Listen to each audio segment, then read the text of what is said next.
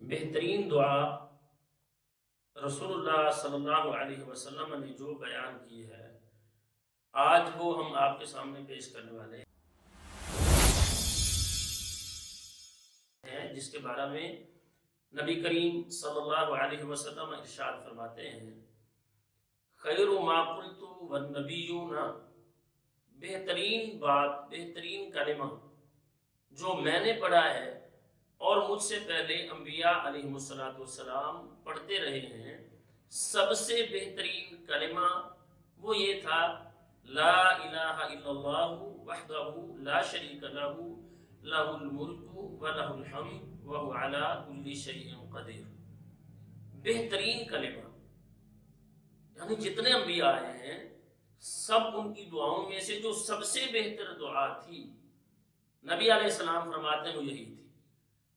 اور اللہ کے رسول علیہ السلام خود جو اللہ تعالیٰ سے دعائیں کیا کرتے تھے، جو آپ دعائیں پڑھا کرتے تھے، ان دعاؤں میں سے ایک بہترین دعا وہ یہ تھی، لا الہ الا اللہ وحدہ لا شریک لہ لہ الملک ولہ الحمد وہو علی کل شیء قدیر۔ یہ وہ دعا ہے جس کے بارے میں اللہ کے رسول علیہ السلام فرماتے ہیں، جو شخص یہ دعا صبح 100 مرتبہ پڑھ لیتا ہے، شام تک کے لیے اسے 4 طرح کے انعامات ملتے ہیں۔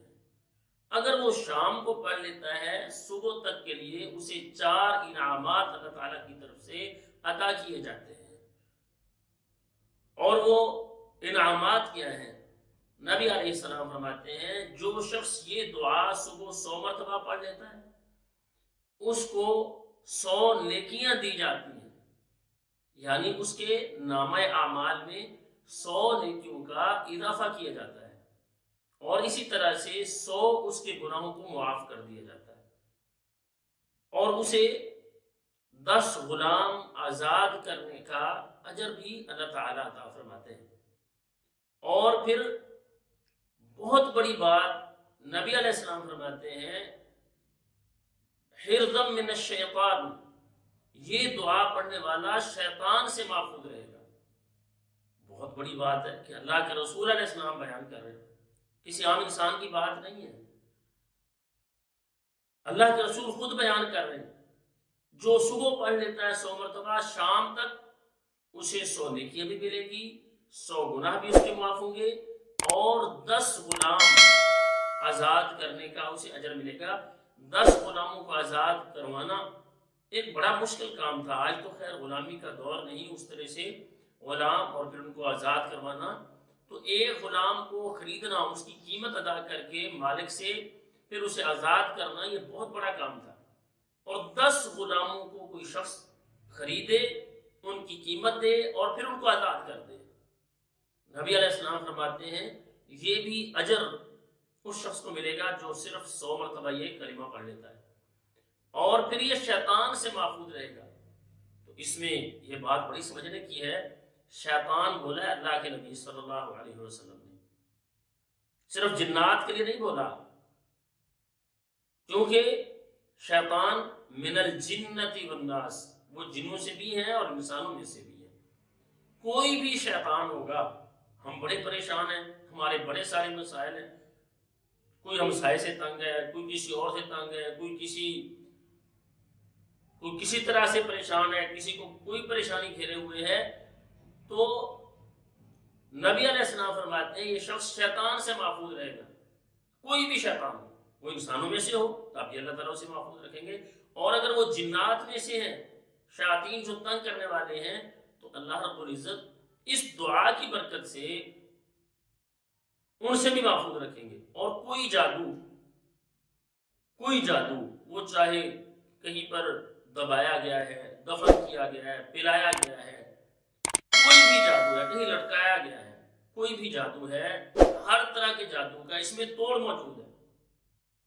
کہ صبح پڑھا شام تک ہر شیطان سے محفوظ۔ وہ کسی طرح سے بھی شیطان آیا تھا، وہ حسد کی وجہ سے بھی ہو سکتا ہے، وہ نظر کی وجہ سے بھی ہو سکتا ہے، وہ جادو کی وجہ سے بھی ہو سکتا ہے، وہ جنات کا سایہ بھی ہو سکتا ہے، وہ انسانوں میں سے بھی شیطان ہو سکتے ہیں اور جنوں میں سے بھی ہو سکتے ہیں۔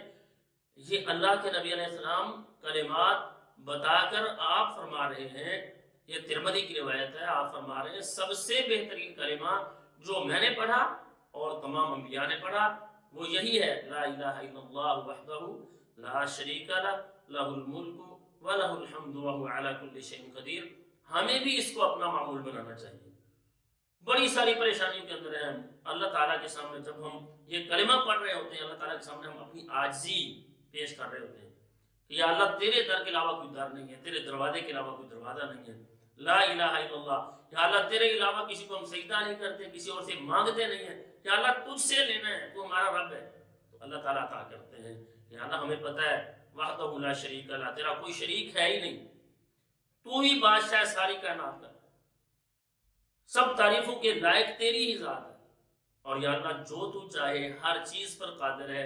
نفع دینے پر آئے، جو نفع چاہے جتنا چاہے جس کو چاہے دے سکتا ہے، جس کو نقصانات سے تو بچانا چاہے، ساری کائنات مل کے اسے کوئی نقصان نہیں پہنچا سکتی۔ جب بندہ اللہ تعالیٰ کے سامنے یہ اپنے آپ کو عاجز کمزور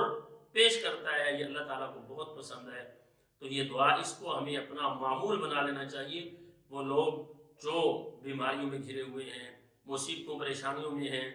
جادو جنات کے مسائل ہیں، نظر حسد کے مسائل ہیں، یا کسی انسان سے پریشانی ہے، کوئی لوگ پریشان کرنے والے ہیں، کاروباری مسائل ہیں، جو بھی مسائل ہیں سب کے لیے بڑی بہترین دعا ہے، اور یہ وہ دعا ہے جو اللہ کے نبی علیہ السلام آپ کا یہ معمول تھا کہ آپ اسے پڑھا کرتے تھے